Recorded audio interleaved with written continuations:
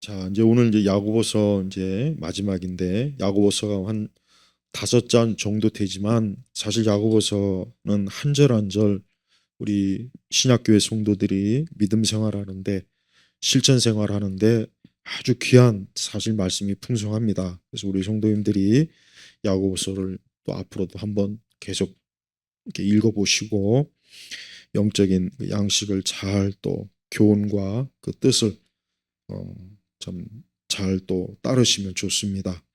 자, 이제 13절에 뭐라고 하냐면 중요한 문제를 다룹니다. 고난은 당한 자가 있으면은 뭐라고 합니까? 기도하고.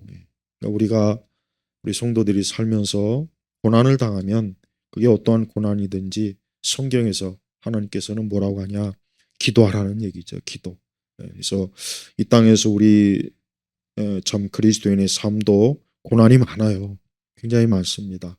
개인적 고난도 있고 사회적 정치적 고난도 있고 국가적 고난도 있고 여러 고난이 많습니다. 뭐 질병도 있고 뭐 또 사업이 안 되거나 뭐 진로가 안 되거나 많습니다. 그럴 때 하나님께서 우리에게 어떠한 처방을 주셨냐? 기도하라. 기도. 그래서 우리가 항상 하나님 앞에 기도해야 되겠지만 어려울 때는 더 하나님 앞에 기도하는 게 그게 그 고난을 잘 이겨내는 고난을 그 시기를 잘 극복하는 거예요. 그래서 우리 현 상황에서 우리 뭐이 나라나 이 세대나 이 시대를 보면은 무엇보다도 좀 기도하는 게 가장 어, 중요하고 급선무라고 생각이 듭니다. 그러면서 또 즐거워하는 자, 즐거움 그래요. 하나님은 우리에게 즐거움도 주시는 분이에요. 하나님 우리가 이 땅에서 또 우리가 살면서 선한 즐거움이죠. 선한 복된 즐거움. 그런 즐거움이 땐 뭐하냐? 찬송하여라. 그러니까 하나님께 영광을 돌려라. 그래서 오늘 이 13절의 말씀을 마음에 쫙 새겨서 그래 고난이 있을 땐 기도하고 그러니까 기도로 하나님께 나아가고 기도로 아뢰고 기도로 근심과 염려도 풀고 기도로 여러 가지 참 스트레스나 뭐 이런 문제들 이런저런 문제도 기도하면 하나님이 반드시 그 모든 일을 또 잘 해결해 주실 겁니다. 14절에 보면은 너희 가운데 병든 자 그래요. 역시 초대교회도 이렇게 병든 자가 있어요. 교회 내 병든 자가 있습니다. 근데 뭐라고 했냐? 교회 장로들을 청하여. 여기서 장로는 어떤 장로냐면은 목회자를 얘기하는 거예요. 목회자. 장로들을 청하여 주님의 이름으로 기름을 바르고 그를 위하여 기도하게 하여라 그랬습니다. 그러니까 성도들이 몸이 아프고 몸이 어떤 질병이 있으면은 목회자를 청해서 하나님 앞에 좀 기도를 요청하는 거죠. 기도를 받게 하는 거죠. 그래서 그 병자를 위해서 기도를 하게 하는 겁니다. 여기서 기름을 바른다는 것은 이거는 이제 초대교회가 이제 보면은 여기서 기름은 올리브예요. 올리브. 올리브란 말이에요. 근데 이게 꼭 문자적으로 뭐 그러면 기름을 바를 때 뭐 아니죠. 병든 자에게 기름을 바른다고 해서 어떤 이상한 교파는 진짜 기름을 발라요. 근데 저는 그거는 아니고 이 얘기는 뭐냐면은 약 그러니까 우리가 어떤 의학적인 그러한 수단도 거부하지 말고 그와 같은 것도 같이 쓰라는 거예요. 그런 얘기입니다. 그러니까 초대 요 당시의 기름은 이제 어떤 상처난데 이런 기름을 바르고 그랬어요. 그 당시 문헌에 보면은 그러니까 하나님께서는 우리가 하나님께 기도도 하지만 또 우리가 의학적인 그런 것도 혹시라도 그것을 하면은 내가 믿음이 혹시 없다고 하나님이 할까봐 그걸 안 하는 좀 극단적인 분들도 있어요. 보면 어떤 분들은. 근데 그럴 필요는 없어요. 우리가 기도 중요합니다. 그리고 필요한 약이나 이런 것도 우리가 사용해야 하는 게 지혜로운 거지. 그런 거 안 하는 게 마치 믿음이 있다는 식으로 얘기하면 안 돼요. 그럼 위험한 거예요. 아주 위험한 것이고 그렇게 하면 안 돼요. 물론 우리가 어떤 극한 상황이 있을 때는 뭐 기도밖에 할 수 없는 상황이 있어요. 그때는 할 수 없는 거예요. 그러나 뻔히 어, 치료할 수 있는 약이 있고 있는데 나는 이런 걸 안 하고 기도만 하러 날 거야. 그거는 어거지예요, 어거지. 그러니까 하나님이 그런 걸 기뻐하지 않아요. 그게 지혜가 아니고 미련한 거예요, 미련한. 그러니까 하나님은 그런 이상한 신앙으로 우리가 사는 걸 원치 않습니다. 그러면서도 15절에 믿음의 간구는 병든 자를 구할 것이니 주께서 그를 일으키실 것이다. 비록 죄를 범하였을지라도 용서해 줄 것이다. 여기서 믿음의 간구라 그랬어요. 믿음의 간구. 그러니까 병자를 위해서 기도할 때 그냥 의례적인 기도가 아니라 믿음으로 하나님 앞에 기도하라. 믿음으로. 그러니까 하나님께서 그 믿음에 응답해 주시면은 그 믿음에 의해서 정말 병든 자를 일으켜 세우는 그런 일이 있다 이거죠. 그러니까 우리가 이걸 믿어야 돼. 그러니까 우리는 하나님의 그 섭리의 사역이라고 하는 것은 우리가 예측을 못해요. 하나님이 이렇게 할 것인가 저렇게 할 것인지 우리가 그걸 어떻게 다 합니까? 그래서 성경의 지침이 뭐냐? 기도하라 이거죠. 믿음으로 기도하고. 그러나 또 우리가 약을 쓸 수 있으면 약을 써라는 거예요. 그러니까 하나님께서 어느 걸 통해서 역사할지는 우리가 모르지만 확실히 분명한 거는 믿음의 기도로 날 수 있는 거예요. 네, 확실히 어떤 경우는 정말 기도로 이건 고침을 받는 거예요. 기도로. 이건 약이나 수술도 아니고 진짜 기도로 고침을 받아서 하나님께로부터 참 치유 그런 역사가 있어요. 그러니까 그걸 부정하면 안 돼. 그러나 그거를 이상하게 적용한 사람들이 문제예요. 이상하게 사기꾼들, 은사 사기꾼들. 이 자들은 사람이 병이 들면 마음이 약해져요. 지푸라기라도 잡은 심장이. 그러니까 그런 사람들 앞에 가지고 괜히 막 뭐 믿음을 가지고 기도하고 뭐 믿음은 치유받는다. 그러니까 그런 식으로만 해서 그 사람들을 막 돈을 뜯어내고 약한 심령을 막 이용해 가지고 막 이익을 취하고 그런 사기꾼들이 많아요.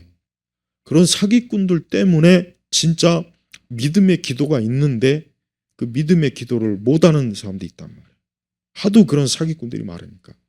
우리나라 은사주자들은 제가 볼 때는 거의 99.9% 사기꾼이야 다. 나는 이제까지 그런 사람들이 역사할 때 난 본 적도 없고 들은 적도 없어요. 전부 사기꾼이야 사기꾼. 그러니까 하나님의 역사는 막 과대 포장해가지고 막 여기저기 선전하고 하나님 그런 식을 통해서 역사하지 않아요. 하나님 은밀하게 조용히 또 오직 하나님만 드러나시기. 이게 하나님의 방식이지. 막 북치고 장구치고 막 텔레비전에 뭐 신문에 막 유튜브에 광고해가지고 하나님이 역사했다. 100%다 사기꾼이. 그런 식으로 하는 것 자체가 나는 사기꾼입니다 하고 그러는데도 그걸 모르고 그냥 그런데 꼭 그렇게 기어가가지고 또 사기를 당해야 그렇게 속이 시원한지 모르겠더라고요. 그러니까 절대 그런데 찾아가지 마세요. 예수님 뭐라 했습니까? 마지막 때 내가 여기 있다 해도 저기 있다 해도 가지 말라 그랬어요. 아니 가지 말라고 했는데 꼭 가요. 꼭 가. 여러분 천주교에도 이단이 있어요. 난 진짜 우리나라는 정말 전 세계에서 아주 무슨 이단 양성소야. 천주교는 웬만하면 이단이 없어요. 진짜. 근데 우리나라 이단이 있어요. 자칭 뭐 자기를 무슨 뭐 저기 놔준 거 어디 있더라고. 전라도 있어. 옛날부터 그 있었거든. 90년대부터. 그러니까 참 우리나라는 진짜 어떤 종교가 들어오도 반드시 이단이 생기게 마련이야. 그중에서 개신교가 제일 많았지. 난 천주교가 이단이 있다는 건 정말 너무 신기해. 너무 신기해. 그렇게 철통같이 계급적인 그런데도 이단이 있네. 참 대단해 우리 민족은. 자, 그다음에 그러면서 이제 그러니까 어떤 죄가 있을 때 이제 아마 하나님께서는 병으로 이렇게 치실 때가 있다. 회개하도록. 그러니까 회개하고 하나님 앞에 내가 어떤 죄를 졌구나. 그래, 내가 이 죄를 회개해야 되겠구나. 그래서 그와 같은 것들이 해결될 때 어떤 병이 하나님의 어떤 징계로 오는 병이 치료가 된다 하는 거예요. 그러니까 이 말씀은 하나님의 징계로 인한 병을 얘기하는 거예요. 15절 요거는 분명합니다. 그러니까 비록 죄를 범하였을지라도 말씀이 나온 이유가 있는 거예요. 요 말씀이 없으면은 일반적인 병이 다 해당될 텐데 여기서 믿음의 간구로 병든 자를 구한다고 했는데 그럼 이 병이 뭐냐? 이거는 하나님의 징계로 얻은 병이에요. 뭐 몸이 약해서 사거나 이게 아니라 징계로 얻은 병은 이렇게 믿음의 간구를 하면 치유를 받는다 하는 거 하나님이 알려주신 거라고요. 그래서 16절에 그러므로 서로 죄를 고백하고 병 낫기를 위해 서로 간구하라. 의인의 간구는 역사하는 힘이 많다. 그렇죠. 서로 죄를 고백하라는 얘기는 요걸 주의해야 돼요. 이 얘기는 뭐냐? 내가 개인적으로 누군가에게 죄를 졌을 때 그거를 얘기하라는 거지. 여기 양재 어제 그 미친년이 또 여기 나오네. 하도 그냥 그 이상한 여자 목사 그 교회 거기는 내가 아주 단체로 미쳐서 거기는 뭐 공개적으로 내 죄를 막 나는 이런 죄를 졌습니다. 완전히 사이코예요 거기는. 거긴 구역 예배 때도 그러고 어떤 이상한 연예인은 지 남편 바람핀 거 그냥 아주 교회에서 그냥 뭐 광고해가지고 망신 개망신 당했어요. 근데 그래요. 미친 거지 그게. 이 얘기는 뭐냐? 내가 누군가에게 개인적으로 잘못했어요. 그럼 가서 내가 이래 내가 참 잘못했다 이 얘기를 하는 거지. 그걸 무슨 뭐 사방 팔방 뭐 그냥 뭐 유튜브에 나와가지고 난 이런 정신 나간 짓이에요 그게. 근데 그런 사이코 집단이 있다니까 우리나라 기독교 무슨 순회 선교단 그다음에 저 양재 그 미친 이상한 여자. 응? 기독교가 여러분 제가 항상 얘기하잖아요. 가장 거룩한 게 무너지면 가장 추해지는 거예요. 하나님의 천사가 얼마나 거룩합니까? 근데 타락하니까 악마가 되잖아요. 그러니까 기독교가 말씀대로 잘 가면은 가장 아름답고 품위 있고 멋있고 질서가 있는데 그게 무너지면 가장 천박해져요. 가장 천박해지고 가장 흉측하고 가장 정말 광대 같고 우습고 그래서 문제라는 거예요. 그러니까 마귀가 그렇게 역사하는 거예요. 그러니까 여기서 서로 죄를 고백하라는 얘기는 공개적으로 죄를 고백하라는 얘기가 아니고 내가 누군가에게 개인적으로 잘못했으면 가서 내가 이러이런 부분에 잘못했다 이 얘기를 하는 얘기예요. 근데 공개 죄 고백이라는 게 어느 순간부터 우리나라 교회에 들어와 가지고 이게 얼마나 시험거리가 되는지 말도 못하게 이게 그 대표적인 게 저 양재 우리들 뭐라고 하는 이상한 인간. 하여튼 거기는 난 저기는 아주 마귀 집단이야 마귀 집단. 하는 거 하나하나 하는 짓 보면은 이래서 여자 목사들은 안 되는 거예요. 이래서 남자 목사들도 물론 문제가 많지만 여자 목사들은 100% 다 그 사람들 하나님의 심판받아요. 말씀도 없고 교리도 없고 아무것도 없단 말이에요. 그러니까 그릇된 그런 종교적 욕구가 또 그런 식으로 나타나는 거예요. 조심해야 돼요. 자, 그래서 의인의 간구는 역사하는 힘이 많다. 그렇죠. 하나님의 자녀입니다. 하나님의 자녀가 기도하는 건 그 사람이 무슨 세상적으로 대단한 사람이 아니래도 참 하나님의 자녀는 그 사람의 기도는 센 거예요. 강한 거예요. 우리가 이렇게 기도가 얼마나 역사하는 힘이 많다는 걸 알고 우리가 하나님 앞에 기도를 절대 과소평가하지 말고 기도는 힘이 있구나. 힘이 있구나 기도 이렇게 알아야 돼요. 그래서 17절에 보니까 우리가 다 아는 것처럼 엘리야도 우리가 본성이 같다요. 엘리야라고 해가지고 뭐 그 사람이 무슨 뭐 구름 타고 다니는 사람 아닙니다. 천사가 아니에요. 엘리야가 무슨 뭐 우리보다 막 특별히 대단해서 그게 아니라 그랬어요. 본성이 같다. 쉽게 얘기하면 엘리야도 아담의 죄성을 물려받은 똑같은 우리와 사람이다. 그런데 그가 비오지 않기를 간절히 기도하니 3년 6개월 동안 땅에 비가 오지 않았으며 다시 기도하니 하늘이 비를 내리고 땅이 열매를 내었다 그랬죠. 우리가 구약 성경에 보면은 나오죠. 자, 그래요. 엘리야도 우리가 똑같은 사람인데 하나님 앞에 기도하니까 3년 6개월 왜 비가 안 왔겠습니까? 그때 이스라엘이 전부 다 우상 숭배했으니까. 여러분 우상 숭배가 심해지면 그 국가와 사회가 모든 곳에서 다 무너집니다. 지금 우리나라 그랬잖아요. 우리나라가 광화문에서 이상한 광대들이 나와가지고 막 또 무슨 아리랑이니 뭐니 또 헛소리하고. 우리나라는 보면은 무당하고 또 다 이방 여러 종교 많죠. 전통 종교. 이런 것들이 막 번성하면서 이 나라가 혼란스러워져요. 이 나라 혼란스러워요. 딱 그 시기가 맞물려요. 그런데 우리나라가 기독교가 번성한 시기가 언제냐면 70년대, 80년대예요. 그때는 우리 한국 사회가 막 어때요? 모든 면에서 성장하고 이게 참 괜찮았지만 이게 어느 순간부터 무당이 막 엄청나게 많아지고 이방 종교가 막 기세가 등등해지는 그 순간부터 어떻게 되냐? 이 사회나 우리 국가나 사회가 어때요? 어두워지는 거예요. 그러니까 3년 6개월 동안 비가 안 오는 거는 하나님이 내리신 재앙이에요. 이스라엘에. 재앙이라고. 왜? 당시에 많은 우상을 숭배하고 오죽하면 엘리야가 나밖에는 하나님을 이렇게 믿는 자가 없다고 막 이렇게 얘기할 정도로 심했다는 거예요. 당시에. 그러니까 하나님이 심판한 거라고. 그 당시 아합이나 이세벨 같은 악한 왕들. 다시 또 기도하니까 하늘이 비를 내리고 땅이 열매를 이었다. 7번까지 기도했죠. 7번까지 기도했잖아요. 엘리야가. 그러니까 이 기도라는 게 심지어 이렇게 비가 오고 비를 내리지 않게 할 정도로 엄청난 능력이 있다는 것을 우리에게 보여주는 거예요. 그러니까 지금도 우리가 이 기도를 우습게 여기면 안 돼요. 근데 우리는 하도 이제 과학적인 이 사고방식이 어릴 때부터 학교 교육으로 길러지다 보니까 그리스도인들도 기도는 그냥 하는 거고 다른 원리를 더 의지해. 인간의 원리, 기술의 원리, 문명의 원리 이게 더 막 의지하는 거예요. 그러니까 믿음이 약화되는 거죠. 믿음이 약화되는 거예요.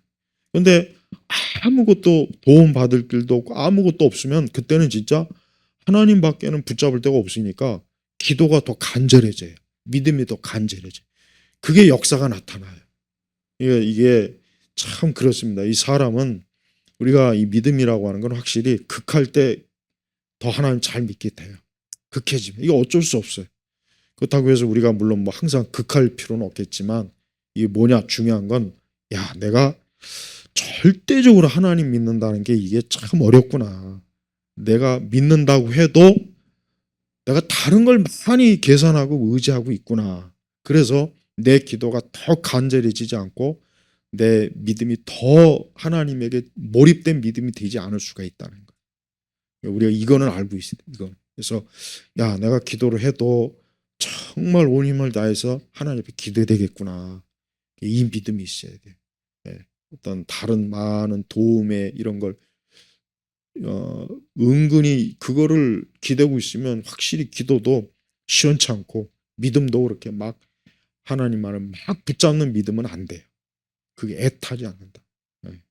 이게 있어요. 그러니까 사람이 하나님은 그래서 우리가 어려울 때 때때로 진짜 하나님 밖에는 붙잡지 못하게 만들 때가 있어요.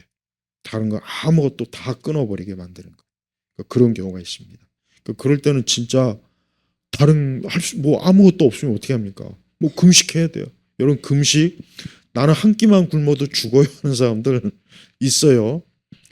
근데 그런 사람들 진짜 극한 상황에 몰아가면요 한 끼 아니라 몇 날 며칠도 금식할 수 있어요. 그러니까 사람이 절박해야 되니까. 그러니까 믿음도 확실히 막 절박해야 막 믿음 생활을 잘하지 그렇지 않으면 확실히 안 합니다. 확실히 이게 좀 뭔가 이게 그래요. 그래서 하여튼 이렇게 엘리야나 우리나 다를 바 없다. 자 19절에 나의 형제들아 너희 가운데 미혹되어 진리에서 떠난 자를 누가 돌아서 미혹 왜 미혹되겠습니까? 교회 생활 하다가도 미혹돼서 신천지로 가고 여호와의 증인으로 가고 하나님의로 가고 은사주의교로 가고 신사도로 가고 다 미혹이요 미혹. 그러니까 미혹이 있다고 있어. 미혹이 없는 게 아니라 있단 말이에요. 그래서 진리에서 떠난 자를 누가 돌아서게 하면 그가 알 것은 죄인을 그릇된 길에서 돌아가게 한 자가 죄인의 영혼을 사망에서 구원하고 수많은 죄를 덮을 것이라는 것이다. 그래요. 미혹이 돼서 이 진리를 떠나고 그런 사람들 참 많이 있습니다. 근데 돌아오게 하기가 사실 힘들어요. 정말 힘듭니다. 그래서 이런 말씀이 있는 거예요. 그런 죄인을 그릇된 길이 뭔 길이겠습니까? 오류, 잘못된 길. 이단, 사이비, 거짓된 신앙으로 빠져간 그런 사람을 다시 구원의 길로, 은혜의 길로 이렇게 온 사람은 참 복된 사람입니다. 그래서 우리가 우리가 야고보서 이제 마지막 결론은 그래요. 하나님께서는 이 땅의 수많은 죄인들이 그런 그릇된 길, 멸망의 길, 사망의 길, 미혹의 길에서 벗어나서 구원의 길로, 생명의 길로 오는 거 하나님 기뻐하시는 거예요. 왜? 이게 우리 인생에, 우리 인간에게 제일 중요한 문제이니까. 그러니까 우리 성도 여러분, 우리 야고보서 그동안 이제 계속 살펴봤지만 이 야고보서의 말씀은 우리 성도들이 실제적으로 더 실제적으로 실천 신앙의 그 내용들이 야고보서는 굉장히 아주 가득 차 있어요. 가득. 그때나 지금이나 이렇게 신앙생활하는 원리는 동일하다는 걸 알고 그래서 말씀으로 잘 우리가 교훈을 받으면 많은 면에서 유익을 얻습니다. 자, 기도하겠습니다. 하나님 아버지 감사합니다. 야고보서의 귀한 가르침, 이 초대교회 성도들도 이 말씀으로 교훈을 받았고 또 많은 기독교 역사 그 시기 동안에도 이 말씀이 성도들을 바른 길로 인도했고 오늘 우리도 이 말씀을 통해서 교훈을 받습니다. 우리 예일교회 성도 온 교우들이 야고보서의 말씀대로 항상 주님의 교훈과 뜻을 잘 순종하고 바르게 알아서 그릇된 길로 빠지지 말고 선하고 복된 길로 구원의 길로 끝까지 갈 수 있도록 붙잡아 주옵소서. 예수 그리스도의 이름으로 기도 올렸습니다. 아멘.